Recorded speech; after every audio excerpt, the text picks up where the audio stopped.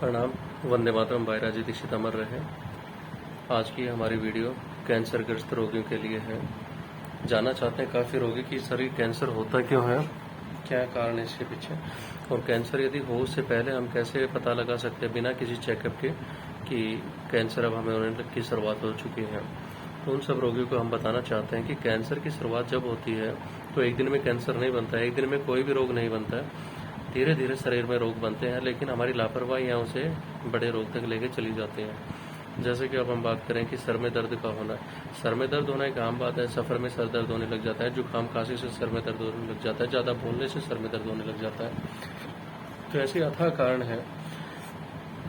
उसके बाद यदि हम बात करें कि इन जैसे कि सर में दर्द किसी को लगातार होता है, यदि यहाँ से लेके यहाँ तक यदि सर में दर्द हुआ तो एक आम बात है, कोई बात नहीं, यदि थोड़ी बहुत देर में ठीक हो जाता है। यदि किसी रोगी को यहाँ पे दर्द होता है या यहाँ इस हिस्से में दर्द होता है या और कोई हिस्सा है जहाँ पे सुइयाँ चुभने जैसा दर्द होता है या यूँ कह के बहुत तीव्र दर्द होता है, तो उस टाइम पे हमें समझ जाना चाहिए कि एक आम सर दर्द नहीं है। हमने जो है इसका ध्यान रखना है, अब इस बीमारी को हमने ख़त्म करना है। उसके बाद यदि बात करते हैं हम कभी छाले हो जाना, मुंह पे बार बार मुंह में छाले हो जाना, या छाले हो गए तो जल्दी से ठीक ना होना, ऐसे ही फिर हम बात करते हैं गले में कोई गांठ सी नज़र आने लग गई, गले में पानी रुक रुक के जाने लग गया, या खाना जो खाया हमने वो अंदर कहीं ऐसा लग रहा है कि कहीं एक ही जगह पे इकट्ठा होता जा रहा है बार बार।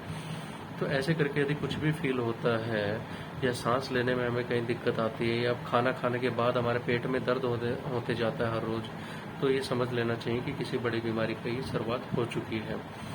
उसके बाद हम यदि बात करते हैं कि हमें जो है ना इसके लिए बचाव क्या करने चाहिए, कैंसर क्यों होता है, इसके लिए हमारे पास ऐसा क्या दिनचर्या है जिसको हम यदि फॉलो करें तो हम जल्दी से स्वस्थ रह सकते हैं, ये बीमारी हमें ना घेरे। तो उसके लिए हम बता देते हैं, हमारे पहली वीडियो में भी हमने बताया था कि कोल्ड ड्रिंक्स है, प्लास्टिक की कोई चीज़ें हैं उसमें कोई भी खाना ना डालें, कोल्ड ड्रिंक्स ना खाएं ना पिएं, और साथ साथ में चाय कॉफ़ी आदि का सेवन ना करें, टूथपेस्ट का सेवन ना करें जो झाग वाली होती है। उसके साथ साथ में और भी काफ़ी चीज़ें बताई थी हमने, जैसे सफ़ेद आरडी नमक है उसको हम लोग जो है प्रयोग में ना करें। माताएं बहनें जो श्रृंगार के लिए जिन कॉस्मेटिक्स का जो प्रयोग करते हैं, उन कॉस्मेटिक्स में भी आजकल बहुत ज़्यादा बड़ी तादाद में केमिकल की मिलावट आने लग गई है, जिससे कि स्किन के ऊपर छाले हो जाना, स्किन के ऊपर दाफड़ हो जाना, ऐसे करके फिर वही गांठ का रूप ले लेती है। तो उनका प्रयोग भी ना करें तो अच्छा है, और करें तो बहुत ना के बराबर ही करें। उसके बाद हम यदि बात करें कि आगे चल के पैकेट ही बंद जो चीज़ें आती हैं मार्केट में, जो फूड आता है, स्पाइसेज आता है, तली हुई चीज़ें आती हैं, रिफाइंड आता है, डालडा आता है, यही नहीं पता होता कि कोई चीज़ बन किस में रही है।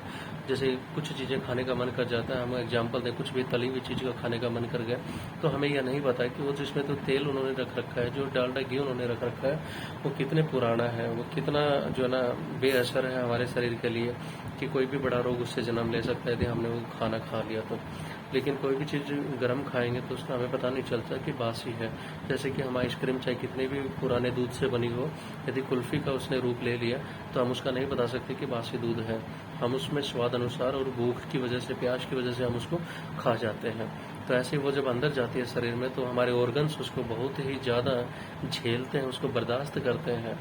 उसके बाद हम बात करते हैं कि इसका बचाव कैसे हो पाए। तो बचाव के लिए हमने बताया है कि ताज़े फलों का जूस लें हर रोज़, दही लीजिए, लस्सी लीजिए।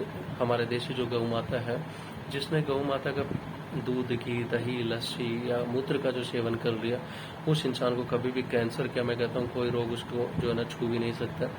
उसके बाद यदि हम बात करें कोई रोग कैंसर से ग्रस्त भी हो गए कोई रोगी, और यदि नहीं भी ग्रस्त हुआ तो भी डेली दिनचर्या में वो दालचीनी, धनिया और अर्जुन की छाल का पाउडर का प्रयोग करके उसका काढ़ा बना के ले सकता है। दिन में एक बार जरूर लीजिए। और दंत मंजन नीम की, बड़ की, पीपल की, या फिर सदाबहार के पेड़ की, या फिर यदि मिल जाए तो जाल के वृक्ष की आदि, इनकी जो है ना दातुन करें वो। उसके बाद है तिल है, सरसों का तेल है इनका, या मूंगफली के तेल है, इनका हम प्रयोग करें। ताज़ा फल का हम प्रयोग करें तो, या जैसे कि ताज़ा फल की हमने बात की, ऐसे ही अनाज की यदि हम बात करें तो उबले हुए अनाज का प्रयोग करें, अंकुरित अनाज का प्रयोग करें, मूंग का प्रयोग करें, चने का प्रयोग करें। खाली पेट हमने ज़रूर एक समय उसका सेवन करना चाहिए। शुद्ध देसी गाय का घी हम प्रयोग में लेके आ सकते हैं। बिना सोडे का गुड़ या देसी खंड का हम प्रयोग कर सकते हैं। उसके बाद यदि हम बात करें कि हमारे जो घर में चक्की होती है, उसका कभी भी बारीक आटा जो होता है उसका हम प्रयोग नहीं करना चाहिए हमने। उसका प्रयोग करने से जो रोग है वो ये बढ़ता है। तो इसलिए क्योंकि वो जल्दी से डाइजेस्ट नहीं होता, वो हमारी आंतों पे, हमारे डाइजेशन सिस्टम पे वहाँ पे चिपक के बैठ जाता है और वहीं पे धीरे धीरे करके रुकावट करके वो एक गांठ का रूप धारण कर लेता है। ये सब चीज़ें हैं, हमने इनका सावधान रखना है, इनको हमने जो है ना सावधानी रख के हमने दिनचर्या में ऐड करना है।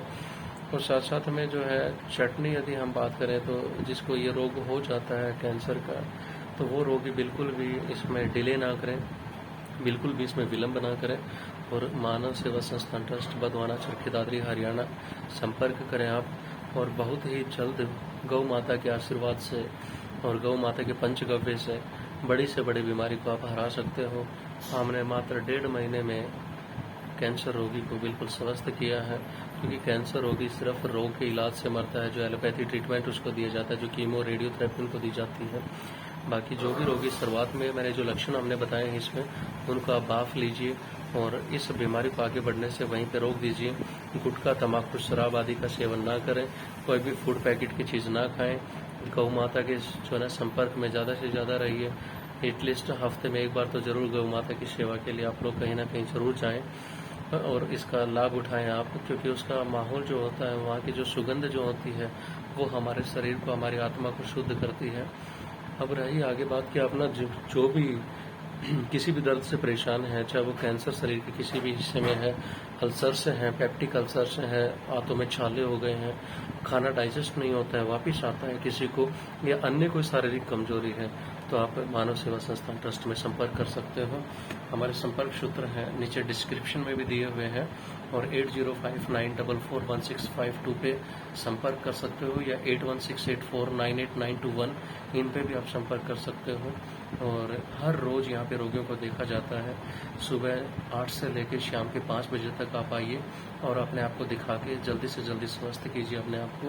कोई भी यदि रोगी यहाँ पे आना चाहता है वो यहाँ एक बार संपर्क जरूर कर लीजिए, क्योंकि कोई भी रोगी है वो चाहता है कि मुझे जल्दी से जल्दी इसमें रिलीफ मिल जाना चाहिए। तो हम रोगी की उस भावना के हिसाब से, उसके शरीर की प्रकृति को देख के उसके लिए हम औषधि तैयार करेंगे और वो बहुत जल्द स्वस्थ हो जाएंगे। तो इसलिए इस वीडियोज को हम अपील करते हैं कि ज़्यादा से ज़्यादा शेयर कीजिए, सब्सक्राइब जरूर कीजिए, क्योंकि आने वाली हर इन्फॉर्मेशन आपको मिलेगी जिससे कि आप अपने परिवार को, अपने आप को स्वस्थ रख सकते हो। इसलिए प्रणाम, वंदे मातरम, सभी स्वस्थ रहें, सुरक्षित रहें।